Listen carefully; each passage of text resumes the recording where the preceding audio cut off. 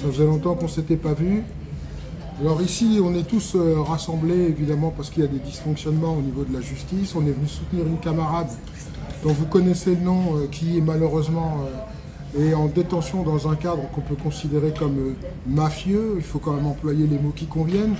À partir du moment où vous avez une justice qui fonctionne sur le principe de la justice d'exception en fonction de vos orientations politiques, c'est une justice qui est arbitraire. Et à partir du moment où un État écoute les conversations de ses citoyens et regarde ce que font les citoyens, c'est un État totalitaire. Donc on ne viendra pas donner des leçons à l'Afrique, ni au soi-disant régime totalitaire, parce qu'on s'en fout de savoir qui est totalitaire et qui est démocrate. Moi, ce que je regarde, c'est si le dirigeant fait bien le boulot. S'il est dictateur et qu'il fait du bien, qu'il travaille pour le bien commun, il n'a qu'à rester 5000 ans au pouvoir. Et si le démocrate, c'est de la merde, jetez-le à la poubelle. Voilà, ça c'est une introduction, c'est une entrée en matière. Merci. Voilà. Donc, j'ai observé depuis quelque temps que les choses sont en train de s'inverser. C'est-à-dire que la pointe de l'iceberg est en train de s'inverser et qu'on commence à voir le bas qui normalement est immergé remonter tout doucement et pointer vers le ciel. De quoi je suis en train de parler? Je me rends compte que quand on regarde des séquences du mainstream, on entend parler de halal, de musulmans, de femmes voilées. C'est matin, midi et soir de radicalisme. Quand les musulmans sont intégrés dans la République, on dit que c'est de l'entrisme. Quand les musulmans sont en dehors de la République, c'est du séparatisme. Il faut savoir, ils sont dedans ou ils sont dehors. Monsieur Rotaillot, je fais un débat contre vous quand vous voulez. J'ai dit, je prends n'importe qui en débat. Asselineau, Philippot, Olive, des ministres, qui vous voulez, mettez-les-moi en face et on va voir maintenant qui dit qui et qui est qui. Parce que, en fait, l'objectif c'est quoi? C'est de ne pas faire d'accommodement raisonnable avec le mensonge. Et je remarque une chose, c'est qu'en fonction des chapelles des uns et des autres, et des sensibilités, gauche, droite, pas droite, on oublie l'essentiel du combat. L'essentiel du combat, c'est de rétablir la justice. Je rappelle quand même que le roi, il était étroitement associé à la justice. Mais le seul problème du roi, c'est comme il représentait la souveraineté, les puissances d'argent ne pouvaient pas faire ce qu'elles voulaient puisqu'elles étaient subordonnées au pouvoir du roi, au pouvoir souverain, autrement dit celui du peuple. Et à partir du moment où on a fait la révolution de 1789 puis 1793, les choses ont commencé à s'inverser et Mammon est devenu souverain sur les nations. Ce qui explique aujourd'hui pourquoi on a parlé entre autres de la Palestine, mais on peut aussi parler du Congo, on peut parler du Kosovo, on peut parler de la guerre Iran-Irak, du 11 septembre et de tous les grands événements qui ont permis une orientation très particulière de l'humanité. Si la justice aujourd'hui est arbitraire, c'est parce qu'elle n'est pas une justice, elle est au service de grands intérêts. Les grands intérêts, ce sont des intérêts, on va dire métaphysiques, même si ça paraît un peu bizarre de le dire comme ça, mais il n'y a rien qui fonctionne. Regardez l'état de l'école, les enfants n'apprennent ni à lire, ni à écrire, ni à compter, mais par contre, on leur apprend à avoir une certaine liberté sexuelle. J'aimerais bien savoir qu'est-ce que la liberté sexuelle vient faire dans une maternelle. Et ce que je ne comprends toujours pas, c'est pourquoi d'ailleurs les parents ne s'insurgent pas contre le fait qu'on parle à leurs enfants de libération sexuelle, entre autres. L'hôpital, destruction de l'hôpital public. Un certain Emmanuel Macron, avant qu'il ne soit placé et non pas élu, parce qu'il faut arrêter de rêver, comme je l'ai déjà dit, nous ne sommes plus des enfants et nous ne croyons plus au Père Noël républicain, qui nous explique que c'est nous qui avons mis ce monsieur à la tête de l'État. Non, on se réveille, Emmanuel Macron est un descendant de Rothschild. Bon, alors, regardez la tête de Liliane de Rothschild et regardez la tête de Macron, vous verrez qu'il y a une petite ressemblance quand même assez importante. Moi, je veux bien tout ce qu'on veut. Mais quand c'est la banque qui contrôle, c'est pas la démocratie. Alors, s'il vous plaît, arrêtons de nous prendre pour des imbéciles. Et si on était réellement en démocratie, ces gens-là travailleraient au bien du peuple et non pas à notre malheur. Et non pas à nous mettre toujours plus de coercition, toujours plus d'embûches dans nos vies respectives et toujours plus de problématiques. Donc ça, je voulais le dire. L'hôpital public complètement mort. J'ai parlé de l'école, éducation sexuelle à l'école, n'importe quoi. On parle d'écologie, matin, midi, soir. Là aussi, il y a Maldon aussi. On ne peut pas, à un moment donné, nous parler d'écologie quand derrière, on est en train d'attaquer le vivant. C'est-à-dire qu'on donne à manger, par exemple, des farines animales à des bovins. C'est pas très écologique. Et quand on détruit les sols avec des produits dits phytosanitaires, mais qui en réalité sont plus des poisons que des produits qui amènent des bienfaits. Et une fois qu'on a ingéré tous ces produits, je rappelle qu'ils restent dans notre corps. Donc c'est de l'empoisonnement global.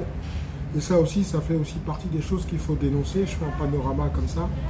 Et en réalité, on s'aperçoit que, je dirais que même jusqu'aux Antilles, on a la problématique du chlordécone, qui fait qu'on ne peut même plus pratiquement faire pousser quoi que ce soit sans qu'il y ait du chlordécone dedans. Donc c'est un empoisonnement complice et direct, j'ai envie de dire, des autorités associées évidemment à ces mêmes puissances d'argent et ces groupements d'intérêts financiers. Donc je m'aperçois encore une fois qu'il faut que la population se réveille. Là, il y a eu dernièrement la manifestation des taxis. J'ai écouté un petit peu pour voir ce qui se disait. J'étais un petit peu déçu parce que je pense que tant que tu n'as pas identifié ton ennemi, que tu ne comprends pas la nature de cet ennemi, que tu ne sais pas ni le désigner, ni regarder comment il combat, tu ne peux pas te battre contre lui. Or, on continue les blocages, on continue les grèves, et c'est pas de ça dont il s'agit, c'est de conscience en fait. Notre force est dans notre conscience. Plus vous apprenez des choses, et plus vous êtes fort, et plus vous reprenez en fait votre souveraineté. Donc tout ça, ça m'a inspiré des petits rappels. À l'époque, je lisais Le choc des civilisations de Samuel Huntington. Samuel Huntington, c'est un monsieur qui est décédé aujourd'hui. Je me souviens plus d'ailleurs je crois qu'il est mort en 2012. Mais dans Le choc des civilisations, il nous expliquait déjà que en fait, l'objectif c'était quand même d'amener les musulmans en fait, à se confronter aux non-musulmans. Et comme il appartient à la commission trilatérale, on est typiquement, si vous voulez, dans une dynamique où, en fin de compte, l'objectif recherché, c'est la guerre civile. Lorsque vous ouvrez la télévision, on vous explique que demain, si LFI est au pouvoir, ça sera la charia qui va commander. Je me demande qui peut croire à de telles balivernes. C'est dramatique, mais il y a des gens qui, effectivement, regardent la télé et pensent que c'est parfaitement possible. C'est dire la force de persuasion d'un côté et le niveau d'abrutissement de l'autre côté. Donc éteignez vos télés surtout et pensez à rallumer le cerveau quand même. Si vous ne l'avez pas rallumé, réinitialisez-le et installez les mises à jour très rapidement. Et ça peut être une bonne mise à jour, hein, le choc des civilisations de Samuel Huntington, pour vous expliquer combien que tout ce qui nous arrive aujourd'hui a déjà été écrit hein, dans certains ouvrages. Je pense souvent à Serge Monast, à Claire Sévrac, au père Régimbald, Jean-Paul Régimbald. Je pense à Christophe Chalençon, je pense à Corinne Gouget aussi, et bien d'autres encore, hein, je ne sais pas tous les noms, et Feu, le général de Laward qui nous a quittés, et qui, bizarrement, me semblait être quelqu'un en très bonne forme, et bizarrement, on nous explique qu'il aurait eu un décès prématuré. Bon, je crois que lorsque vous essayez de dire des choses intelligentes et qui sont de nature en fait à rassembler le peuple ou à faire comprendre des choses au peuple, bizarrement, votre longévité s'écourte très rapidement. J'ai remarqué ça. Par contre, quand vous êtes dans l'autre camp, vous pouvez vivre centenaire, il n'y a aucun problème. On se rappelle de Henry Kissinger qui avait 100 ans, M. David Rockefeller 106 ans, et bien d'autres encore. Donc, si vous êtes du côté du mal, vous allez vivre vieux, je pense. Mais nous, on ne veut pas être immortel, donc c'est pas grave. Quoi d'autre encore? Je dis des choses qui me passent par la tête. J'ai ramené un autre livre aussi qui s'appelle Djihad versus Macworld de Benjamin Barber. Et en fin de compte, en entendant tous ces intervenants sur CNews, sur BFM TV, nous parler des musulmans, des accompagnatrices scolaires voilées, des boucheries halal. En fait, comme si le problème de la société française, c'était les musulmans et pas par exemple le club de Bilderberg. Que c'était par exemple, le problème c'était les accompagnatrices voilées et pas par exemple Hanouka à l'Élysée ou le dîner du CRIF. Et que bizarrement, ça interpelle personne. Je me suis dit que là, ça devenait très très grave. Dans Djihad versus Macworld, Benjamin Barber nous explique qu'en fin de compte, la mondialisation risque de se confronter à des intégrismes. Ce que Benjamin Barber appelle des intégrismes, c'est ni plus ni moins un retour à la radicalité, c'est-à-dire en fait à une forme de vérité. Parce que qu'est-ce que c'est que la radicalité? C'est en fait revenir à la racine des choses, revenir à son point de départ. Le radical, c'est celui qui veut comprendre d'où vient la plante en fait. Donc vous allez à la racine pour comprendre la plante. Donc en fait, c'est une bonne chose que d'être radical et nous manquons de radicalité, car évidemment, je vois beaucoup d'invertébrés chez les humains. Je voudrais que les gens aient plus de colonnes vertébrales.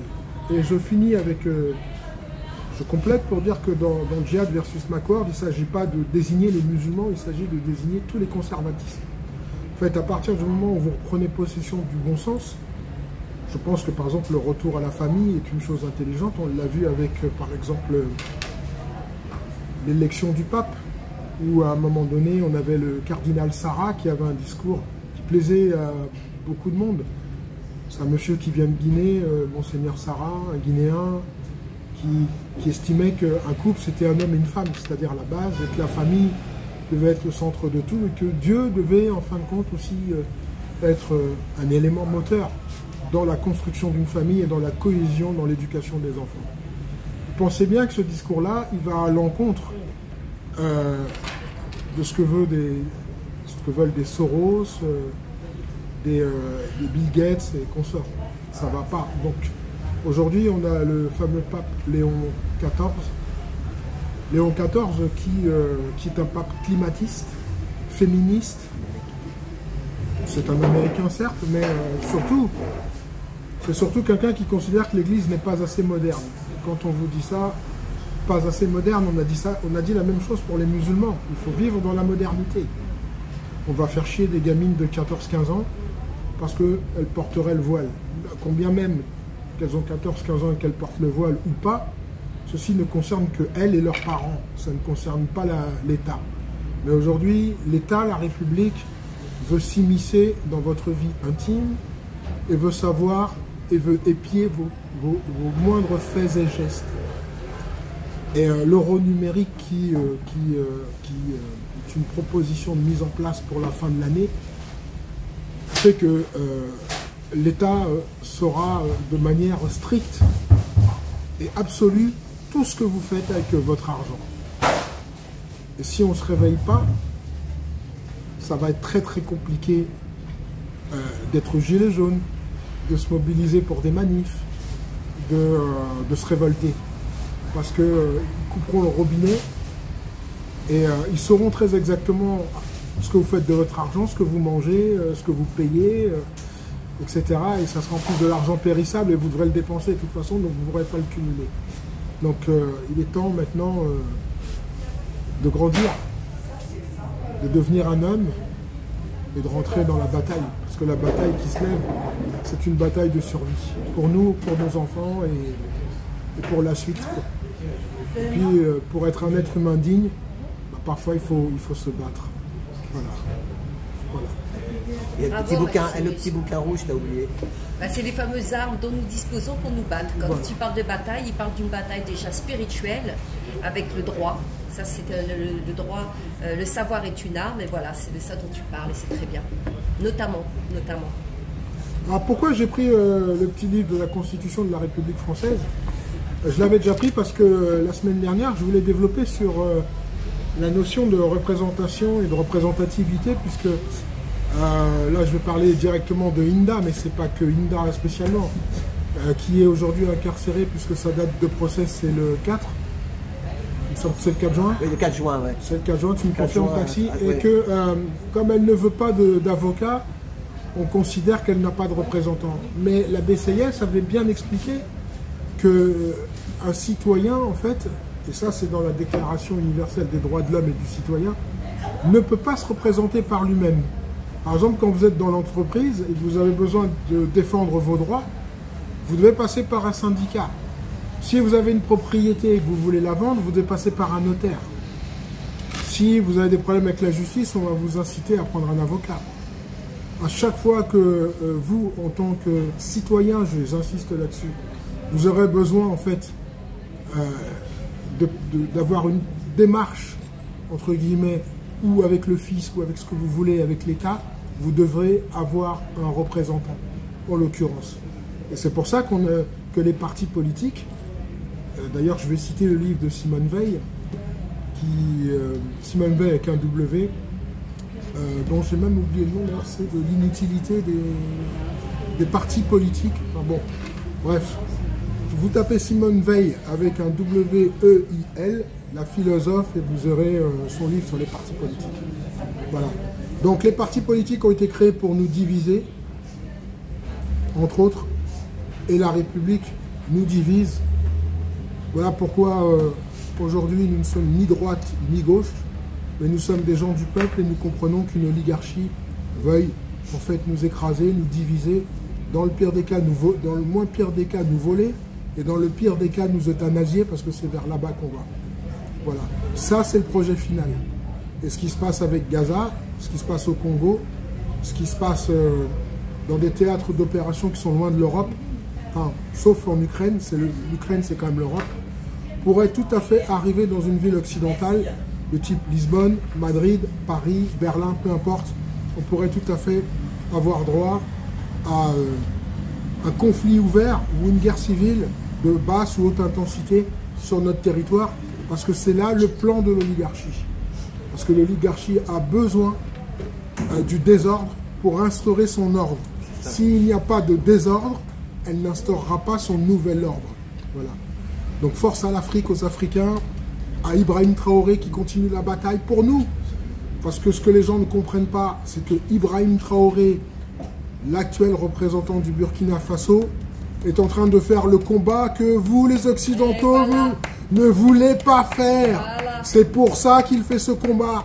Et force aux Burkinabés, force aux Maliens, force aux Nigériens. Et ici en Occident, on ferait bien d'en prendre de la graine au lieu de s'en prendre aux musulmans, aux Noirs, aux Arabes et aux Basanés, qui au final ne sont qu'une petite goutte d'eau dans la problématique qui est la nôtre et auquel nous devons faire face. Je vous rappelle que les décisions sont prises dans les conseils d'administration de McKinsey, de BlackRock, de Vanguard et de tous les cabinets conseils qui existent. Donc les centres de pouvoir sont là, ils ne sont pas à l'Élysée ni dans les ministères. Donc les agriculteurs, les taxis et autres, arrêtez d'avoir pour interlocuteurs les ministres ou le président de la République. Quand vous êtes devant un ministre, quand vous êtes devant Monsieur Macron, vous lui dites « appelle-moi ta direction ». Bravo, bravo, bravo Maximus. C'était Maximus à Fleury-Mérogis.